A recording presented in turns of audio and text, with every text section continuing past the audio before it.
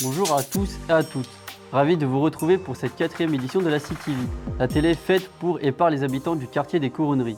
Pour rappel, ce samedi 8 mars, c'est la journée internationale des droits des femmes.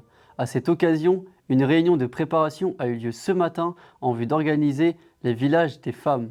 Pour en savoir plus, on rejoint sans plus attendre en direct nos envoyés très spéciaux. Dragan, est-ce que tu nous entends ? Dragan, est-ce que tu nous entends ? Dragan ? Ah bonjour, excusez-moi, c'est qu'on est en fait en direct. Donc on est ici à la salle de spectacle La Rotative. Là on est en train d'assister à une réunion parlant du 8 mars, journée des droits de la femme. Tout un programme riche et intéressant qui est disséminé partout dans Poitiers. Qu'est-ce que tu en as pensé de cette matinée ? C'était très intéressant, là c'était surtout de la logistique pour savoir comment est-ce que ça allait se dérouler. Comme d'habitude, à toutes les réunions d'organisation de ce gros événement, ça se passe très bien, dans la convivialité, c'est chouette et puis ça permet là de mettre vraiment les choses au point, donc ça promet un bel événement, ça fait plaisir. Matinée extra, on est toutes et tous ensemble pour une belle cause, pour des droits humanistes. On va balayer tous les domaines qui correspondent à la vie d'une femme et je trouve ça extraordinaire. Que du bien forcément parce que ça allie quand même la solidarité de différentes structures associatives qui luttent. Nous, le 8 mars, on organise justement un marché gratuit à Québec où on se situe. Là tu es venu en lien avec le centre d'animation des Couronneries. Qu'est-ce que vous ferez plus exactement ? Donc nous, le 8 mars, on sera sur la place de Bretagne avec la caravane qui s'appelle la Zupette. On va diffuser un court-métrage qui a été réalisé avec les jeunes du quartier sur le ressenti. Si on se réveille dans la peau de l'autre, comment est-ce qu'on se sent ? Les villages des femmes, pardon, et qu'est-ce que c'est ?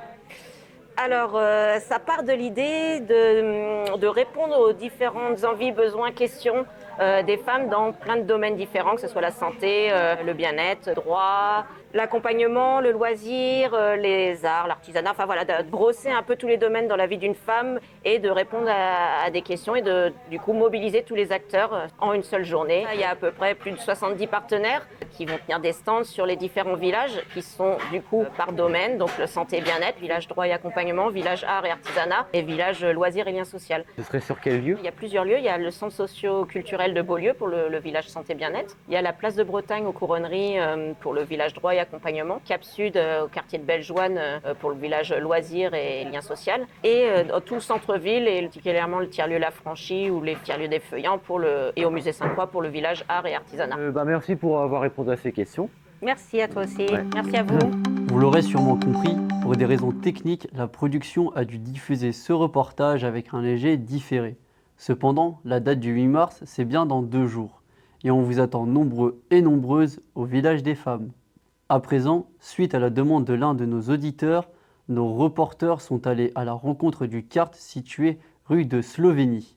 Un reportage signé Aziz.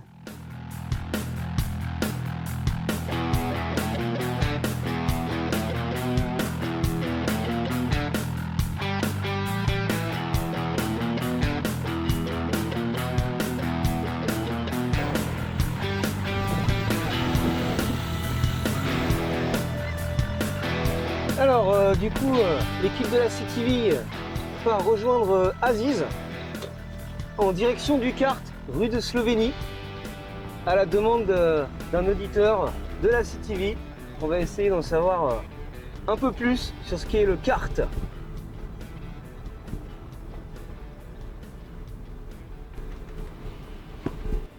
Salut Aziz, c'est ici ?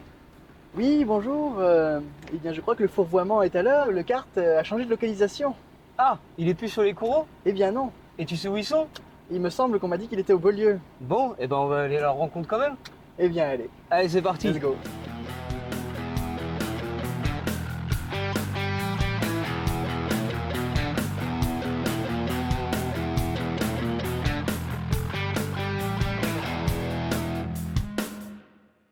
Bon, et bien finalement, au dépit de plusieurs erreurs, nous avons finalement réussi à trouver le kart. Bonjour Maxime. Bonjour. Pourrais-tu me parler un petit peu du kart, de ce que vous faites ici? Oui, on est accompagné avec des éducateurs. Le CART, c'est une structure qui nous accompagne dans nos démarches de la vie quotidienne, notre propre logement, notre emploi. On a des référents pro et en fait on fait des ateliers. D'accord. On a UMT, la blanchisserie. D'accord. Et du sport aussi, du sport en eau. Ah bah d'accord, c'est cool. Dans un premier temps, on vit où nous nous trouvons ici dans le quartier en colocation. D'accord. Et après, au fur et à mesure qu'on avance dans notre parcours, nous sommes dans des appartements extérieurs, toujours en colocation. Et après, la troisième et dernière étape, c'est soit nous allons dans un studio d'essai ou soit nous avons notre propre appartement. Je suis actuellement en présence de Thomas, un ancien résident de l'ancien Cart rue de Slovénie. Bonjour Thomas. Bonjour, enchanté. Alors d'abord, petite question essentielle. Que pensez-vous des éducateurs? Gentil, sympa.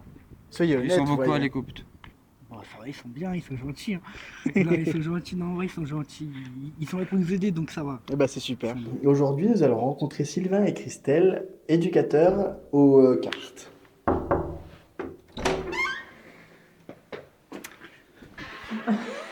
Bonjour Sylvain et Christelle. Bonjour Aziz. Bonjour Aziz. Viens, rentre. Regarde.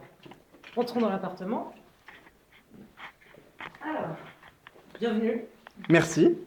Quel est votre travail au sein du Cart? Quelles sont vos missions? On est éducateur spécialisé sur un foyer d'hébergement ici au Cart à Beaulieu. On accompagne des jeunes en situation de handicap à devenir autonomes, c'est-à-dire avoir leur propre logement sur leurs projets sociaux, on va dire, de forme générale. Hein. Ça peut être les logements, les loisirs, activités.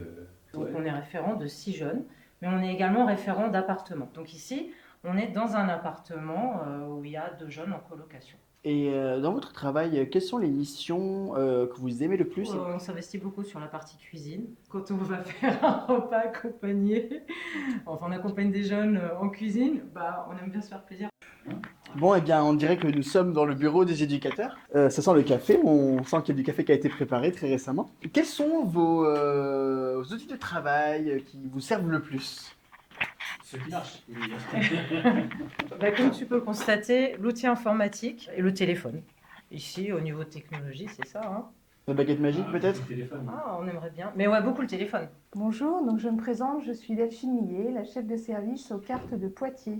Ça veut dire quoi, CART? Le CART, c'est un acronyme qui veut dire Centre d'adaptation et de dynamisation au travail. C'est un dispositif qui travaille l'inclusion dans le milieu social et professionnel. On a déménagé les couronneries un peu à la demande de la ville parce que le bâtiment n'était plus aux normes et il devait être détruit. D'accord. Eh bien, merci d'avoir répondu à mes questions, c'est bon pour moi. Merci Aziz. J'espère que vous en savez plus sur le CART grâce aux nombreuses questions que nous avons posées aux professionnels compétents. Merci de nous avoir écoutés et au revoir. Apparemment, le CART a déménagé des couronneries, ce qui ne l'empêche pas de rester toujours aussi actif dans ses missions, comme vous avez pu le constater. Et maintenant, pour conclure cette émission, voici un sujet d'actualité historique pour tous les habitants et les habitantes de ce quartier qui ont connu l'emblématique Tour Kennedy et qui doutaient encore de sa destruction. On peut enfin le dire, bye bye Kennedy. Voici un dernier sujet qui va casser la baraque.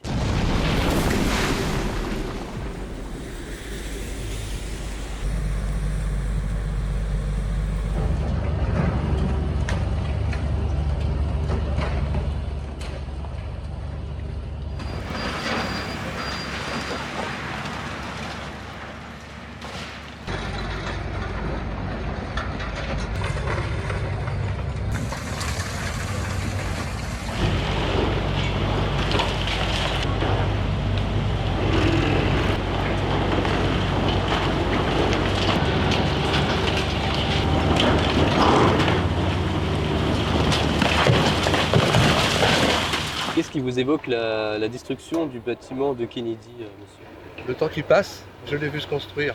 J'étais un des premiers enfants de ce quartier. D'accord. Depuis 62. Alors c'est un peu émouvant, je trouve que le temps passe vite. Alors Cédric, je suis mécanicien. Moi, Cécile appelle, elle est en panne, je suis là pour réparer, pour changer les outils, faire les flexibles, les révisions, tout ça. Le pelleur, lui, il va vraiment être dans sa pelle, démolir. J'entretiens le véhicule, j'entretiens la pelle. Est-ce que vous pouvez nous parler un peu de cette pelle, justement? Celle-là, c'est notre plus grosse qu'on a chez nous, dans la société, chez Prémis. Elle monte jusqu'à 55 mètres de haut. Elle a un bras en télescopique. Elle a une cisaille au bout qui fait 2,5 tonnes. y a combien en France comme ça? Celle-là, c'est la seule. C'est la plus haute, la plus puissante, non? Non, il y a au-dessus, chez nous, mais ça se bat à quelques mètres au-dessus, mais c'est tout. Mais cette marque-là, c'est la seule qu'on a en France. C'est un sacré travail, il faut un sacré pelleur pour faire ça aussi. C'est pas n'importe qui monte dans la pelle et qui sait démolir comme ça proprement, sans rien abîmer, sans rien casser. Il est fluide, je sais pas si vous voyez, mais il est dans tous les mouvements. Il est pelleur depuis 20 ans, donc cette pelle, il la connaît depuis le début, donc c'est sa pelle. Je m'appelle Marjorie Mathieu, je suis chef de chantier chez Prémis depuis 2 ans. Et mon parcours, j'ai commencé en tant que chef de chantier, mais dans le VRD chez Eiffage. Après, j'ai fait 15 ans de nucléaire et après, j'ai démissionné pour venir chez Prémis. Ça serait quoi les qualités qu'il faut pour être chef de chantier sur un chantier comme ça de cette ampleur? En fait, c'est que du management personnel, matériel. Là, vous maîtrisez la technicité? Alors là, j'apprends parce que moi, c'est la première fois que j'ai une pelle de 180 tonnes sur un chantier et mes collègues, ça fait 15 ans qu'ils sont là, ils n'ont jamais vu une pelle non plus.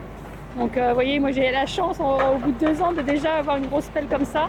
Et c'est les pelleurs, les 2 pelleurs qui m'expliquent comment ils vont faire, leur technique, pourquoi ils commencent d'un côté et tout ça. Voilà. Et est-ce que vous avez beaucoup d'autres collègues femmes comme vous sur des chantiers? En fait, chez Prémis, je suis la seule de toute la France. Eh ben, super, voilà. On est enchanté de vous rencontrer alors. Je vous remercie beaucoup, Marjorie, et bonne continuation. Merci, c'est gentil. Merci. Donc qu'est-ce que ça vous fait de l'avoir tombé?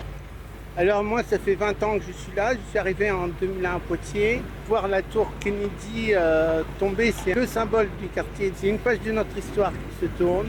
Mais il ne faut pas oublier les résidentes et les résidents qui étaient là avant nous. Un petit pincement au cœur, mais il fallait que ça se fasse. Voilà. Moi, je suis arrivée dans ce quartier en 1981. Donc j'ai cette tour dans mon champ de vision depuis 45 ans. La voix de mon salon tous les jours. Donc là, j'ai un pincement au cœur aujourd'hui. J'ai l'impression d'assister à l'agonie de quelqu'un un peu qui m'accompagnait toutes ces années.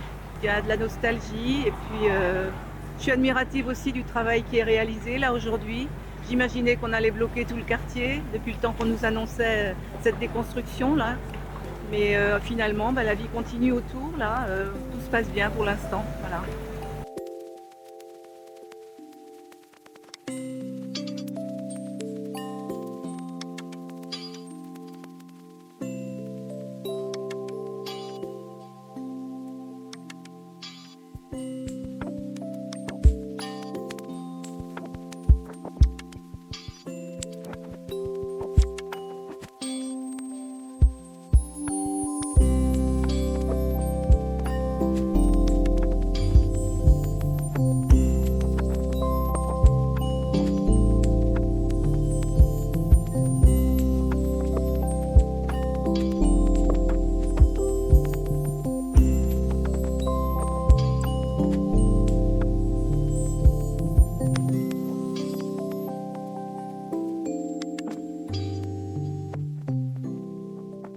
Merci d'avoir suivi cette émission.